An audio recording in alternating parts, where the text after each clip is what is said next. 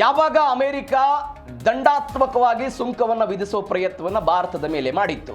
ಏನು ದಂಡಾತ್ಮಕ ಸುಂಕ? ನೋಡಿ, ನೀವು ಅಮೆರಿಕ ಮತ್ತು ಅಮೆರಿಕದ ಮಿತ್ರ ದೇಶಗಳಿಂದ ತೈಲವನ್ನು ಖರೀದಿ ಮಾಡಬೇಕು. ಇಲ್ಲದೇ ಇದ್ರೆ ನಿಮ್ಮ ಮೇಲೆ 25% ದಂಡಾತ್ಮಕ ಸುಂಕವನ್ನು ಹಾಕ್ತೀವಿ ಅಂತ 2025 ಆಗಸ್ಟ್ ತಿಂಗಳಲ್ಲಿ ಅಮೆರಿಕ ಹೇಳಿತ್ತು. ಇದಕ್ಕೆ ಒಂದು ಕಾರಣ ಇದೆ. ಏನು ಕಾರಣ? ರಷ್ಯಾ ಮತ್ತು ಉಕ್ರೇನ್ ಯುದ್ಧ ಶುರುವಾಯ್ತಲ್ಲ, ಈ ಯುದ್ಧದಲ್ಲಿ ಯುರೋಪಿಯನ್ ಯೂನಿಯನ್ ಮತ್ತು ಅಮೆರಿಕ ಸೇರ್ಕೊಂಡು ಏನು ಮಾಡ್ತು, ರಷ್ಯಾದ ಆರ್ಥಿಕತೆಗೆ ನಾವು ಹೊಡೆತ ಕೊಡಬೇಕು. ರಷ್ಯಾ ತನ್ನ ತೈಲ ರಫ್ತು ಮಾಡುವ ವಿಚಾರದಲ್ಲಿ ಆರ್ಥಿಕವಾಗಿ ಸ್ವಾವಲಂಬಿ ಆಗ್ತಾ ಇದೆ. ಹೀಗಾಗಿ ಅವ್ರಿಗೆ ಹೊಡೆತ ಕೊಡಬೇಕು ಅಂತ ಅವರು ಕೆಲವೊಂದಿಷ್ಟು ನಿಬಂಧನೆ ಹಾಕುವ ಪ್ರಯತ್ನವನ್ನು ಮಾಡಿದರು. ಆ ನಿಬಂಧನೆಯ ಭಾಗವಾಗಿಯೂ ಕೂಡ ಭಾರತ ರಷ್ಯಾದಿಂದ ತೈಲವನ್ನು ಖರೀದಿ ಮಾಡ್ತಾ ಇತ್ತು. ನೀವು ಒಂದು 2-3 ವರ್ಷಗಳ ಹಿಂದೆ ಹೋದರೆ ರಷ್ಯಾದಿಂದ ನಾವು ತೈಲ ಖರೀದಿ ಮಾಡ್ತಿದ್ದರ ಪ್ರಮಾಣ ಕೇವಲ 2% ಇತ್ತು. ಕೇವಲ 2% ಇತ್ತು. ಇವತ್ತು ರಷ್ಯಾದಿಂದ ನಾವು ತೈಲ ಖರೀದಿ ಮಾಡ್ತಿದ್ದವರ ಪರಿಣಾಮ 40% ಏರಿಕೆ ಆಗಿದೆ. ಅಂದರೆ ಕಳೆದ 3 ವರ್ಷಗಳಲ್ಲಿ 38% ರಷ್ಯಾದಿಂದ ನಾವು ತೈಲನ್ನ ಹೆಚ್ಚು ಖರೀದಿ ಮಾಡ್ತಾ ಇದ್ದೀವಿ. ಯಾವ ಕಾರಣಕ್ಕಾಗಿ? ಅಗ್ಗದ ದರದಲ್ಲಿ ನಮಗದು ಸಿಗುತ್ತೆ, ಕಡಿಮೆ ದರದಲ್ಲಿ ಅದು ಸಿಗುತ್ತೆ ಅಂತ. ಆದರೆ ಡೊನಾಲ್ಡ್ ಟ್ರಂಪ್ ಸುಂಕವನ್ನು ವಿಧಿಸುವ ಪ್ರಯತ್ನವನ್ನು ಮಾಡಿದ್ರು. ಆದರೆ ಕಳೆದ ತಿಂಗಳು ಅಂದರೆ ಈ ಯುದ್ಧ ಶುರುವಾಗಿ ಎಲ್ಲ ಬೆಳವಣಿಗೆಗಳಾಗಿ ತೈಲ ಉತ್ಪಾದನೆಯಲ್ಲಿ ಕುಂಠಿತಾಗಿ ಎಲ್ಲವೂ ಆಗಿತ್ತಲ್ಲ, ಆಗ ಒಂದು ಸಡಿಲಿಕೆ ಕೊಡೋ ಪ್ರಯತ್ನವನ್ನು ಮಾಡಿದ್ರು. ನಿನ್ನೆ ಒಂದು ಸುದ್ದಿ ಬಂದಿತ್ತು, ಸಡಿಲಿಕೆ ಮುಕ್ತಾಯ ಆಯಿತು. ಇದೀಗ ರಷ್ಯಾದಿಂದ ಭಾರತ ತೈಲವನ್ನು ಖರೀದಿ ಮಾಡಬಾರದು ಅಂತ. ಆದರೆ ಇದೀಗ ಆ ನಿರ್ಬಂಧ ಅಥವಾ ತಾತ್ಕಾಲಿಕ ವಿನಾಯಿತಿ ಏನಿದೆ, ಆ ತಾತ್ಕಾಲಿಕ ವಿನಾಯಿತಿಯನ್ನು ಅಮೆರಿಕ ಮುಂದುವರಿಸಿದೆ. ಏನೇನಾಯಿತು ಹಾಗಾದರೆ? ಡೀಟೇಲ್ಸ್ ನೋಡ್ತಾ ಹೋಗೋಣ. ಅಮೆರಿಕಾದಿಂದ ತಾತ್ಕಾಲಿಕ ವಿನಾಯಿತಿ ಸದ್ಯಕ್ಕೆ ಮುಂದುವರಿತಾ ಇದೆ.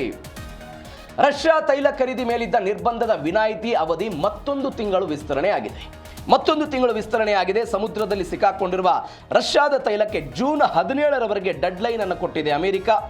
ಏಪ್ರಿಲ್ 17 ಅಥವಾ ಅದಕ್ಕಿಂತ ಮೊದಲು ಲೋಡ್ ಆಗಿರುವಂಥ ತೈಲ ಸಾಗಣೆಗೆ ಮಾತ್ರ ಅವಕಾಶವನ್ನು ಕೊಟ್ಟಿರೋದು. ಏನೇನಾಯಿತು ಬೆಳವಣಿಗೆ?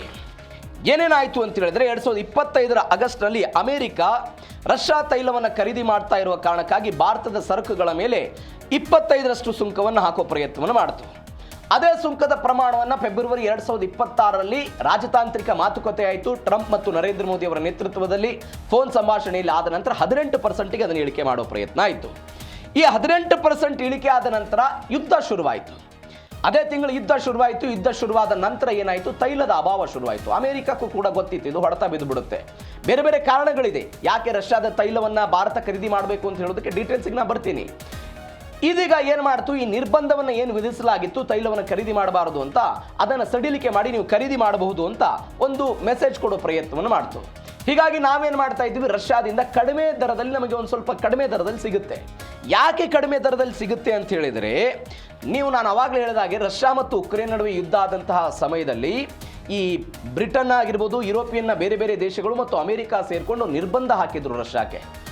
ರಷ್ಯಾದ ಕಚ್ಚಾ ತೈಲ ಮಾರುಕಟ್ಟೆಯಲ್ಲಿ $60ಗೆ ಮಾತ್ರ ಮಾರಾಟ ಆಗಬೇಕು, ಅದಕ್ಕಿಂತ ಹೆಚ್ಚಿನ ದರದಲ್ಲಿ ಯಾವುದೇ ಕಾರಣಕ್ಕೂ ಮಾರಾಟ ಆಗಬಾರ್ದು ಅಂತ.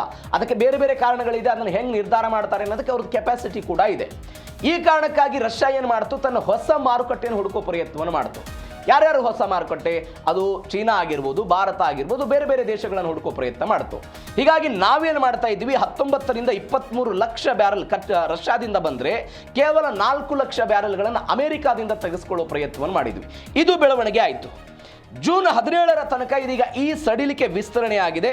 ಅಂದರೆ 30 ದಿನಗಳ ಕಾಲ ಇದು ವಿಸ್ತರಣೆ ಆಗ್ತಾ ಇರೋದು. ಇದರಿಂದ ಏನು ಲಾಭ ಆಗುತ್ತೆ? ಕಡಿಮೆ ದರಕ್ಕೆ ನಮಗೆ ಮತ್ತೆ ಕಚ್ಚಾ ತೈಲ ಸಿಗುತ್ತೆ. ಅದನ್ನು ನಾವು ಸ್ಟೋರ್ ಮಾಡಿ ಇಟ್ಕೊಳ್ಬೋದು. ಆ ಸ್ಟೋರನ್ನು ಮಾಡಿದ ನಂತರ ನಮಗೆ ಅವಶ್ಯಕತೆ ಬಿದ್ದಾಗ ಅದನ್ನು ಬಳಕೆ ಮಾಡೋದಕ್ಕೆ ಒಂದು ಪ್ರಯತ್ನಗಳಾಗುತ್ತೆ. ಇದು ಅಮೆರಿಕ ಸದ್ಯಕ್ಕೆ ಭಾರತದ ಮೇಲೆ ಹಾಕ್ತಾ ಇರುವಂತಹ ಈ ಒಟ್ಟಾರೆ ನಿರ್ಬಂಧ ಏನಿತ್ತು ಅದನ್ನು ಮತ್ತೊಂದು ತಿಂಗಳ ಕಾಲ ತಾತ್ಕಾಲಿಕವಾಗಿ ವಿನಾಯಿತಿ ಕೊಟ್ಟಿರೋದು. ಆದರೆ ಅಮೆರಿಕದ ದಿಗ್ಬಂಧನಕ್ಕೆ ಭಾರತ ಮಾತ್ರ ಡೋಂಟ್ ಕೇರ್ ಅಂತ ಹೇಳ್ತಾ ಇದೆ. ಈ ಹಿಂದೆಯೂ ಕೂಡ ಡೋಂಟ್ ಕೇರ್ ಅಂತ ಹೇಳಿತ್ತು, ಒನ್ಸ್ ಅಗೇನ್ ಡೋಂಟ್ ಕೇರ್ ಅಂತ ಹೇಳ್ತಾ ಇರೋದು. ರಷ್ಯಾ ತೈಲ ಖರೀದಿಯನ್ನು ನಿಲ್ಲಿಸಲ್ಲ ಅಂತ ಅಮೆರಿಕದ ಮುಖಕ್ಕೆ ನಾವು ಹೊಡೆದಂತ ಹೇಳ್ಬೋದು, ಕಡ್ಡಿ ಮುರಿದಂಗೆ ಹೇಳ್ಬಿಟ್ಟಿದ್ದಾರೆ. ನೀವು ಏನೇ ನಿರ್ಬಂಧ ಹಾಕಿ ಆ ನಿರ್ಬಂಧಕ್ಕೆ ನಾವು ಬಗ್ಗೋದಿಲ್ಲ ಅಂತ ಭಾರತ ಸರ್ಕಾರ ಹೇಳ್ತಾ ಇರೋದು. ಹೀಗಾಗಿ ನಾವು ತೈಲವನ್ನು ಖರೀದಿ ಮಾಡ್ತೀವಿ, ವಿನಾಯಿತಿ ಇರಲಿ ವಿನಾಯಿತಿ ಇಲ್ಲದೆ ಇರಲಿ, ಎಲ್ಲ ಸಮಯದಲ್ಲೂ ಕೂಡ ನಾವು ಖರೀದಿಯನ್ನು ಮಾಡ್ತೀವಿ ಅಂತ ಸದ್ಯಕ್ಕೆ ಅವರು ಹೇಳ್ತಾ ಇರೋದು. ಅದರಲ್ಲಿ ಒಂದು ಕಂಡೀಷನ್ ಇದೆ. ನೀವು ಅವಾಗಲೇ ನೋಡಿದರೆ ಏನು ಕಂಡೀಷನ್ನು? ಏಪ್ರಿಲ್ 17 ಅಥವಾ ಅದಕ್ಕಿಂತ ಮೊದಲು, ಅದಕ್ಕೆ ಮೊದಲು ವಿನಾಯಿತಿ ಕೊಟ್ಟಿದ್ದು ಹಾಗೆ ಸಮುದ್ರದಲ್ಲಿ ಸಿಕ್ಕಾಕೊಂಡಿರುವಂಥ ಹಡಗುಗಳಿಂದನೇ ತೈಲ ತರಬೇಕು ಅಂತ ಅದೇ ನಿರ್ಧಾರವೂ ಕೂಡ ಇದೆ. ಇದೀಗ ಭಾರತ ಏನು ಹೇಳ್ತಾ ಇದೆ? ನಮ್ಮ ನಿರ್ಧಾರಗಳು ಕೇವಲ ದೇಶದ ಹಿತದೃಷ್ಟಿಯಿಂದ ಇದೆ. ಕೇವಲ ದೇಶದ ಹಿತದೃಷ್ಟಿಯಿಂದ ಇದೆ ಅಂತ. ಸುಜಾತ ಶರ್ಮಾ ಪೆಟ್ರೋಲಿಯಂ ಸಚಿವಾಲಯದ ಜಂಟಿ ಕಾರ್ಯದರ್ಶಿ ಇವರು, ನಾವು ಅಮೆರಿಕಾದ ವಿನಾಯಿತಿಗಿಂತ ಮೊದಲು ರಷ್ಯಾದಿಂದ ತೈಲ ಖರೀದಿ ಮಾಡ್ತಿದ್ದೀವಿ, ವಿನಾಯಿತಿ ಇದ್ದಾಗಲೂ ಮಾಡ್ತೀವಿ, ಇಲ್ಲದೆ ಇದ್ದಾಗಲೂ ಕೂಡ ಖರೀದಿ ಮಾಡ್ತೀವಿ ಅಂತ ಅವರು ಹೇಳಿದರೆ, ವಿದೇಶಾಂಗ ಸಚಿವ ಜೈಶಂಕರ್ ಹೇಳಿದ್ದಾರೆ ಯುರೋಪ್ ಇಡೀ ಜಗತ್ತಿನ ಇಂಧನ ಖರೀದಿ ಮಾಡುತ್ತೆ, ಅಂದರೆ ಇಡೀ ಜಗತ್ತಿನ ಬೇರೆ ಬೇರೆ ದೇಶಗಳಿಂದ ತೈಲವನ್ನು ಖರೀದಿ ಮಾಡ್ತಾರೆ. ಆದರೆ ಭಾರತ 140 ಕೋಟಿ ಜನರ ಹಿತದೃಷ್ಟಿಯಿಂದ ರಷ್ಯಾದಿಂದ ರಿಯಾಯಿತಿ ದರದಲ್ಲಿ ನಾವು ತೈಲ ಖರೀದಿ ಮಾಡಿದರೆ ಈ ಎಲ್ಲ ದೇಶಗಳಿಗೆ ಏನು ಸಮಸ್ಯೆ? ಇದು ಸದ್ಯಕ್ಕಿರುವಂತಹ ಪ್ರಶ್ನೆ. ಮತ್ತೊಂದು ಏನೇನು ಬೆಳವಣಿಗೆ ಆಯಿತು ಅಂತ ಹೇಳಿದರೆ, ವಿಶ್ವಸಂಸ್ಥೆಯಲ್ಲಿ ಒಂದು ಬೆಳವಣಿಗೆ ಆಯಿತು. ಈ ಅಮೆರಿಕ, ಬ್ರಿಟನ್ ಮತ್ತು ಯುರೋಪಿಯನ್ ಬೇರೆ ಬೇರೆ ದೇಶಗಳು ರಷ್ಯಾದ ವಿರುದ್ಧ ನಿರ್ಣಯವನ್ನು ಪಾಸ್ ಮಾಡೋದಕ್ಕೆ ಪ್ರಯತ್ನ ಪಟ್ಟು, ಅವತ್ತು ಭಾರತ ರಷ್ಯಾದ ವಿರುದ್ಧ ಮತವನ್ನು ಹಾಕದೆ ತಟಸ್ಥವಾಗಿ ಉಳಿದುಕೊಂಡು ಒಂದು ಬೆಂಬಲ ಕೊಡೋ ಪ್ರಯತ್ನವನ್ನು ಕೂಡ ಅವತ್ತು ಮಾಡಿತು. ಇದರ ಜೊತೆಗೆ ಮತ್ತೊಂದು ಬೆಳವಣಿಗೆ ಆಗಿದೆ. ಈಗ ನಾವು ರಷ್ಯಾದಿಂದ ಕಚ್ಚಾ ತೈಲವನ್ನು ತೆಗೆದುಕೊಂಡು ಬರ್ತೀವಿ ಕಡಿಮೆ ದರಕ್ಕೆ. ಹೆಂಗೆ ಮಾರುಕಟ್ಟೆ ಹೆಂಗೆ ಲಿಂಕ್ ಇದೆ ನೋಡಿ, ಸರಪಳಿ ಹೆಂಗಿದೆ. ಅಮೆರಿಕ ಮತ್ತು ಯುರೋಪಿಯನ್ ಕಂಟ್ರಿಗಳು ಭಾರತಕ್ಕೆ ಯಾಕೆ ಲಗಾಮ ಹಾಕೋದಕ್ಕೆ ಪ್ರಯತ್ನವನ್ನು ಪಡೋದಿಲ್ಲ ಅನ್ನೋದಕ್ಕೆ ಇದೊಂದು ಬೆಸ್ಟ್ ಎಕ್ಸಾಂಪಲ್. ನಾವು ಕಚ್ಚಾ ತೈಲವನ್ನು ರಷ್ಯಾದಿಂದ ತೆಗೆದುಕೊಂಡು ಬರ್ತೀವಿ, ಆ ತೈಲವನ್ನು ತೆಗೆದುಕೊಂಡು ಬಂದ ನಂತರ ಅದನ್ನು ನಾವು ಸಂಸ್ಕರಣೆ ಮಾಡ್ತೀವಿ, ಅಂದರೆ ಸಿದ್ಧ ತೈಲವಾಗಿ ಅದನ್ನು ಸಂಸ್ಕರಣೆ ಮಾಡ್ತೀವಿ. ಆ ತೈಲವನ್ನು ತಯಾರು ಮಾಡಿದ ನಂತರ ಯಾರಿಗೆ ಕಳಿಸ್ತೀವಿ? ನಾವು ಯುರೋಪಿಯನ್ ರಾಷ್ಟ್ರಗಳಿಗೆ ಕಳಿಸ್ತೀವಿ. ಒಂದು ವೇಳೆ ಭಾರತದಿಂದ ಈ ಸಿದ್ಧವಾದಂತಹ ಈ ಕಚ್ಚಾ ತೈಲದಿಂದ ಸಿದ್ಧವಾದಂತಹ ತೈಲ ಯುರೋಪಿಯನ್ ರಾಷ್ಟ್ರಗಳಿಗೆ ಹೋಗದೆ ಹೋದರೆ ಅವರು ಕೂಡ ತೈಲದ ವಿಚಾರದಲ್ಲಿ ದೊಡ್ಡ ಮಟ್ಟದ ಹಿನ್ನಡೆಯನ್ನು ಅನುಭವಿಸಬೇಕಾಗುತ್ತೆ. ಹೀಗಾಗಿ ಯುರೋಪಿಯನ್ ಕಂಟ್ರಿಗಳಾಗಿರ್ಬೋದು, ಅಮೆರಿಕ ಆಗಿರ್ಬೋದು, ಈ ಎರಡು ಕಾರಣಗಳಿಗಾಗಿ ಸ್ವಲ್ಪ ಭಾರತದ ಬಗ್ಗೆ ಮಾತನಾಡುವಾಗ, ಭಾರತದ ವಿರುದ್ಧ ಕ್ರಮ ಕೈಗೊಳ್ಳುವಾಗ ಆಲೋಚನೆ ಮಾಡ್ತೇವೆ ಅನ್ನೋದು ಜಾಗತಿಕವಾಗಿ ಆಗ್ತಾ ಇರುವಂತಹ ಲೆಕ್ಕಾಚಾರ. ಇದರ ಮತ್ತೊಂದು ಭಾಗ ಸುಜಾತ ಶರ್ಮಾ ಅವರ ಹೇಳಿಕೆ. ನಾನು ಆವಾಗಲೇ ಹೇಳಿದೆ, ಪೆಟ್ರೋಲಿಯಂ ಸಚಿವಾಲಯದ ಜಂಟಿ ಕಾರ್ಯದರ್ಶಿ ಸುಜಾತ ಶರ್ಮಾ ಮಾತನಾಡಿದ್ದಾರೆ. ಏನು ಹೇಳಿದ್ರು? ಡೀಟೇಲ್ಸ್ ಒಂದು ಸ್ವಲ್ಪ ನೋಡ್ತಾ ಹೋಗೋಣ. ಅವರು ಖಡಕ್ಕಾದಂಥ ಎಚ್ಚರಿಕೆ ಕೊಟ್ಟಿದ್ದಾರೆ. ವಿನಾಯಿತಿ ಅಂತ್ಯದಿಂದ ಭಾರತದ ತೈಲ ಖರೀದಿಗೆ ಯಾವುದೇ ಪರಿಣಾಮ ಬೀರೋದಿಲ್ಲ. ಅಂದರೆ ಅಮೆರಿಕ ವಿನಾಯಿತಿಯನ್ನು ಕೊಟ್ಟಿದೆ, ಅದರಿಂದ ನಮಗೆ ಯಾವುದೇ ಪರಿಣಾಮ ಬೀರೋದಿಲ್ಲ. ನಾವು ಹಿಂದೆನೂ ಖರೀದಿ ಮಾಡಿದ್ವಿ, ಇವತ್ತು ಕೂಡ ಖರೀದಿ ಮಾಡ್ತೀವಿ ಅಂತ ಅವರು ಕೊಟ್ಟಿರುವಂಥ ವಿಚಾರ. 2% ರೀತಿಯಾಗಿ ಸುಂಕವನ್ನು ಅಮೆರಿಕ ಭಾರತದ ಮೇಲೆ ವಿಧಿಸಿತ್ತು. ನಾನು ಅವಾಗಲೇ ಹೇಳಿದೆ, ಒಂದು 25% ನಾರ್ಮಲ್ ಸರಕುಗಳಿಗೆ ಹಾಕೋದು, 25% ದಂಡನಾತ್ಮಕವಾಗಿ ಅವರು ವಿಧಿಸ್ತಾ ಇದ್ದಂತಹ 25%, ಒಟ್ಟಾರೆ 50% ಇತ್ತದು. ಆದರೆ ಫೋನ್ ಮಾತುಕತೆ ಆದ ನಂತರ ಎಲ್ಲವೂ ಕೂಡ ಕಡಿಮೆ ಆಯಿತು. 500 ಶತಕೋಟಿ ಈ ಮೌಲ್ಯದ ಒಂದು ಒಪ್ಪಂದವೂ ಕೂಡ ಆಗಿದೆ ಆಮದು ವಿಚಾರದಲ್ಲಿ. ಎಲ್ಲ ಕಾರಣಗಳಿಗಾಗಿಯೂ ಕೂಡ ಭಾರತ ಯಾವ ಕಾರಣಕ್ಕೂ ಕೂಡ ಅಮೆರಿಕದ ಈ ಗರ್ಜನೆಗೆ, ನಿರ್ಬಂಧಕ್ಕೆ ಅಥವಾ ಸಡಿಲಿಕೆಗೆ ಯಾವುದಕ್ಕೂ ಕೂಡ ನಾವು ಆಲೋಚನೆಯನ್ನು ಮಾಡೋದಿಲ್ಲ. ಈ ಹಿಂದೆಯೂ ಕೂಡ ಖರೀದಿ ಮಾಡಿದ್ವಿ, ಇವತ್ತು ಕೂಡ ಮಾಡ್ತೀವಿ ಅಂತ. ರಷ್ಯಾ ತೈಲ ಖರೀದಿ ಪ್ರಕ್ರಿಯೆಯಲ್ಲಿ ಯಾವುದೇ ಬದಲಾವಣೆ ಇಲ್ಲ ಅಂತ ಅವರೆಲ್ಲ ಹೇಳಿದ್ದಾರೆ. ಇಂಧನ ನೀತಿಯಲ್ಲಿ ಯಾರು ಹಸ್ತಕ್ಷೇಪವನ್ನು ಸಹಿಸಲ್ಲ ಅಂತ ಒಂದು ಸಂದೇಶ ಕೊಡೋ ಪ್ರಯತ್ನ. ಪಾಶ್ಚಿಮಾತ್ಯ ದೇಶಗಳ ಡಬಲ್ ಸ್ಟ್ಯಾಂಡರ್ಡ್ಗೆ ಭಾರತದ ಅಧಿಕಾರಿಗಳು ತಕ್ಕ ಉತ್ತರ ಕೊಟ್ಟಿರೋದು. ಡಬಲ್ ಸ್ಟ್ಯಾಂಡ್ ಏನು ಅನ್ನೋದನ್ನು ನಾವು ಆವಾಗಲೇ ಉಲ್ಲೇಖ ಮಾಡಿದ್ವಿ. ಅವರಿಗೂ ಕೂಡ ತೈಲ ಬೇಕು.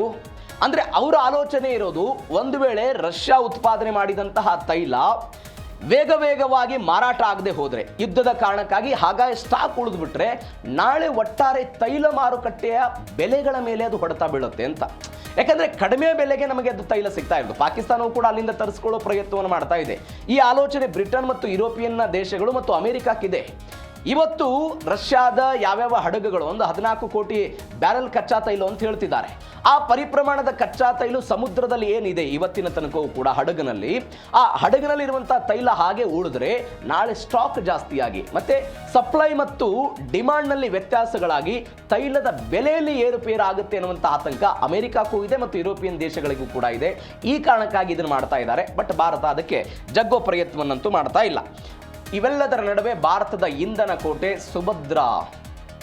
ಮೋದಿಯವರು ಲೋಕಸಭೆಯಲ್ಲಿ ಹೇಳಿದ್ರು, ನಾವು 41 ದೇಶಗಳಿಂದ ತೈಲವನ್ನು ತರಿಸ್ಕೊಳ್ತಾ ಇದ್ದೀವಿ, ಸ್ವಾವಲಂಬಿ ಆಗ್ತಾ ಇದ್ದೀವಿ, ಸ್ಟೋರೇಜ್ಗಳನ್ನು ಜಾಸ್ತಿ ಮಾಡ್ತಾ ಇದ್ದೀವಿ, ಎಲ್ಲವೂ ಕೂಡ ಆಗ್ತಾ ಇದೆ ಅಂತ. ಇದೀಗ ಕಚ್ಚಾ ತೈಲದಲ್ಲಿ ಯಾವುದೇ ಕೊರತೆ ಇಲ್ಲ ಅಂತ ಕೇಂದ್ರ ಸರ್ಕಾರ ಹೇಳೋ ಪ್ರಯತ್ನವನ್ನು ಮಾಡಿದೆ. ಜನತೆಗೆ ಭರವಸೆಯನ್ನು ಕೊಟ್ಟಿದ್ದಾರೆ. ಜಾಗತಿಕ ಮಟ್ಟದಲ್ಲಿ ತೈಲ ಬಿಕ್ಕಟ್ಟಿದ್ರೂ ಕೂಡ ಭಾರತದ ಪೂರೈಕೆ ಸರಪಳಿ ಭದ್ರವಾಗಿದೆ ಅಂತೆಲ್ಲ ಹೇಳಿದ್ದಾರೆ. ತೈಲ ಅಗತ್ಯಕ್ಕೆ ತಕ್ಕಂತೆ ಮೊದಲೇ ಹಲವು ದೇಶಗಳ ಜೊತೆಗೆ ಯಶಸ್ವಿ ಒಪ್ಪಂದ ಮಾಡಿಕೊಂಡಿದ್ದಾರೆ. ಜನಸಾಮಾನ್ಯರಿಗೆ ಕೈಗೆಟುಕುವ ದರದಲ್ಲಿ ನಾವು ಇಂಧನವನ್ನು ಕೊಡ್ತೀವಿ ಅಂತ ಹೇಳಿದ್ದಾರೆ. ಇಂಧನ ಮೂಲಗಳ ವೈವಿಧ್ಯೀಕರಣ ಆಗಿದೆ. ಯಾಕಂದರೆ ರಷ್ಯಾ, ಮಧ್ಯಪ್ರಾಚ್ಯದ ದೇಶಗಳ ಮೇಲೆ ಡಿಪೆಂಡೆನ್ಸಿ ಅಲ್ಲದೆ ಬೇರೆ ಬೇರೆ ದೇಶಗಳಿಂದನೂ ಕೂಡ ನಾವು ತರ್ತಾ ಇದ್ದೀವಿ.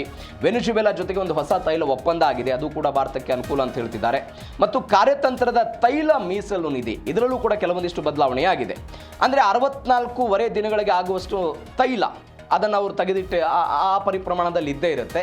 ಮತ್ತು ಸರ್ಕಾರದ ತುರ್ತು ಮೀಸಲು ವಿಶೇಷವಾಗಿ ಭೂಗತ ಈ ಕೇಂದ್ರಗಳಲ್ಲಿ ಅಂತ ನಾನೇನು ಹೇಳಿದೆ, ಅದು ಉಡುಪಿ ಆಗಿರ್ಬೋದು, ವಿಶಾಖಪಟ್ಟಣ ಆಗಿರ್ಬೋದು, ಚಂಡೀಗಢನಲ್ಲಿ ನಿರ್ಮಾಣ ಆಗ್ತಾ ಇರುವಂಥ ಹೊಸ ತೈಲ ಸಂಸ್ಕರಣಾ ಘಟಕ ಆಗಿರ್ಬೋದು, ಅಲ್ಲಿ 9 ದಿನಗಳಿಗೆ ಆಗುವಷ್ಟು ತೈಲ ಶೇಖರಣೆ ಇರುತ್ತೆ. ಅಂದರೆ ಸುಮಾರು ಒಂದು 74-75 ದಿನಗಳಿಗೆ ಆಗುವಷ್ಟು ಅಂತ ತೈಲ ಭಾರತದಲ್ಲಿ ಇದೆ ಅಂತ ಕೇಂದ್ರ ಸರ್ಕಾರ ಹೇಳ್ತಾ ಇರೋದು.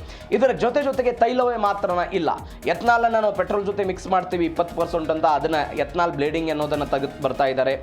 ಮತ್ತೊಂದು, ಇದೆಲ್ಲವೂ ಕೂಡ ಭರವಸೆ ಅನ್ನುವಂಥ ಪ್ರಶ್ನೆ ಜನಸಾಮಾನ್ಯರಲ್ಲಿದೆ. ಯಾಕಂದ್ರೆ 5 ದಿನಗಳ ಅಂತರದಲ್ಲಿ ಪೆಟ್ರೋಲ್ ಮತ್ತು ಡೀಸೆಲ್ ದರ ಏರಿಕೆ ಆಗ್ತಾ ಇರೋದನ್ನು ನೋಡ್ತಾ ಇದ್ದೀವಿ. ಪೆಟ್ರೋಲ್ 3 ರೂಪಾಯಿ ಆಯಿತು, ಡೀಸೆಲ್ 3 ರೂಪಾಯಿ ಆಯಿತು. ಇವತ್ತು ಒನ್ಸ್ ಅಗೇನ್ 90 ಪೈಸೆ ಆ ನಿಟ್ಟಿನಲ್ಲಿ ಪೆಟ್ರೋಲ್ ಮತ್ತು ಡೀಸೆಲ್ ದರ ಏರಿಕೆ ಆಗ್ತಾ ಇದೆ. ನರೇಂದ್ರ ಮೋದಿ ಅವರು ಕರೆ ಕೊಟ್ಟಿರುವಂತಹ ಮಾತುಗಳು ಕಡಿಮೆ ಬಳಕೆ ಮಾಡಿ, ಈ ಎಲ್ಲವೂ ಕೂಡ ಆತಂಕಕ್ಕಂತೂ ಸದ್ಯಕ್ಕೆ ಈಡು ಮಾಡಿದೆ. ಹೀಗಾಗಿ ಇದನ್ನು ಸಂಭವ ಹೇಗೆ ಮ್ಯಾನೇಜ್ ಮಾಡ್ತಾರೆ ಕೇಂದ್ರ ಸರ್ಕಾರದವರು ಅನ್ನೋದು ನಾವು ಕಾದು ನೋಡಬೇಕು. ಇದೀಗ ಪುಟಿನ್ ಮತ್ತು ನರೇಂದ್ರ ಮೋದಿ ಅವರ ದೋಸ್ತಿ ಬಗ್ಗೆ ಚರ್ಚೆ ಆಗ್ತಾ ಇರೋದು. ನಾನು ಅವಾಗಲೇ ಹೇಳ್ತಾ ಇದ್ದೆ, ಕಳೆದ ಸ್ವಲ್ಪ ವರ್ಷಗಳ ಹಿಂದೆ ರಷ್ಯಾದಿಂದ ನಾವು ತೈಲವನ್ನು ಆಮದು ಮಾಡ್ಕೊಳ್ತಾ ಇದ್ದಂಥ ಪ್ರಮಾಣ ಕೇವಲ 2% ಮಾತ್ರ ಇತ್ತು. ಇವತ್ತು 38% ಏರಿಕೆಯಾಗಿ 40% ಬಂದಿದೆ. ಯಾವ ಕಾರಣಕ್ಕಾಗಿ? ನರೇಂದ್ರ ಮೋದಿ ಮತ್ತು ಪುಟಿನ್ ಅವರ ನಡುವೆ ಇದ್ದಂಥ ರಾಜತಾಂತ್ರಿಕ ಸಂಬಂಧ, ಸ್ನೇಹ, ಮಿತ್ರತ್ವ ಎಲ್ಲವೂ ಅಂತ ಹೇಳ್ತಾರೆ. ರಷ್ಯಾದಿಂದ ಸಿಗ್ತಾ ಇರುವಂಥ ಭಾರಿ ರಿಯಾಯಿತಿ ದರದ ತೈಲವೇ ಭಾರತಕ್ಕೆ ಸಂಜೀವಿನಿಯಾಗಿ ಪರಿಣಮಿಸಿದೆ. ಹೆಂಗೆ ಸಂಜೀವಿನಿ ಆಗಿದೆ ಅಂತ ನೋಡ್ರಿ ನೀವು. ಭಾರತ ಮತ್ತು ರಷ್ಯಾದ ನಡುವೆ ಸ್ನೇಹ ಗಟ್ಟಿ ಇದೆ. ಏನೇ ಬಂದರೂ ನಾವು ಭಾರತದ ಜೊತೆಗಿದ್ದೀವಿ ಅಂತ ಪುಟಿನ್ ಎಲ್ಲ ಹೇಳಿದ್ದಾರೆ. ನಿಮ್ಗೆ 2025 ಶೃಂಗಸಭೆ ಆಯಿತು. ಆ ಸಭೆಗೆ ಪುಟಿನ್ ಅವರು ಬಂದಾಗ ಸ್ವತಃ ಪ್ರಧಾನಿ ನರೇಂದ್ರ ಮೋದಿ ವಿಮಾನ ನಿಲ್ದಾಣಕ್ಕೆ ಹೋಗಿ ಎಲ್ಲ ಈ ಪ್ರೋಟೋಕಾಲ್ಗಳನ್ನು ಮುರಿದು ಅವರನ್ನು ಸ್ವಾಗತ ಮಾಡಿ ಅವರನ್ನು ಅಪ್ಪಿಕೊಂಡು ಕರೆದುಕೊಂಡು ಬರೋ ಪ್ರಯತ್ನವನ್ನು ಮಾಡಿದ್ರು. ಹೀಗಾಗಿ ಅವರ ಸ್ನೇಹದ ಬಗ್ಗೆ ಚರ್ಚೆ ಆಗ್ತಾ ಇದೆ. ಹಾಗಾದರೆ ಪುಟಿನ್ ಮತ್ತು ನರೇಂದ್ರ ಮೋದಿ ಅವರ ಈ ಸ್ನೇಹ ಮತ್ತು ರಷ್ಯಾ ಭಾರತದ ನಡುವೆ ಸ್ನೇಹದಿಂದ ಭಾರತಕ್ಕೆ ಏನು ಲಾಭ ಆಯಿತು?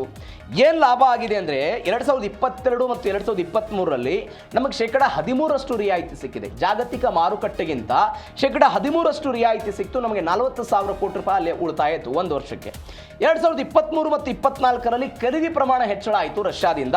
ಅವತ್ತು ನಮಗೆ 10% ರಿಯಾಯಿತಿ ಸಿಕ್ತು, 45,000 ಕೋಟಿ ರೂಪಾಯಿ ನಮಗೆ ಉಳಿತಾಯ ಆಯಿತು. 2024-25ರಲ್ಲಿ ರಿಯಾಯಿತಿ ಬೇರೆ ಬೇರೆ ಕಾರಣಗಳಿಗಾಗಿ 2.8ಕ್ಕೆ ಇಳಿಕೆ ಆಯಿತು. ಆದರೂ ಕೂಡ ನಮಗೆ ಉಳಿತಾಯ ಆಗಿದೆ. ಮತ್ತೊಂದು ಕಡೆ ನೇರವಾಗಿ ಉಳಿತಾಯ ಆಗಿರೋದು $12.6 ಬಿಲಿಯನ್ ಅಂತ ಹೇಳ್ತಾ ಇದ್ದಾರೆ. $12.6 ಬಿಲಿಯನ್ ಹೇಗೆ ಉಳಿತಾಯ ಆಯಿತು ಅಂತ ಹೇಳಿದ್ರೆ, ಅವರು ನಮಗೆ ಕಡಿಮೆ ದರದಲ್ಲಿ ತೈಲವನ್ನು ಕೊಡ್ತಾ ಇರೋದು ಭಾರತಕ್ಕೆ ಅನುಕೂಲ ಆಯಿತು.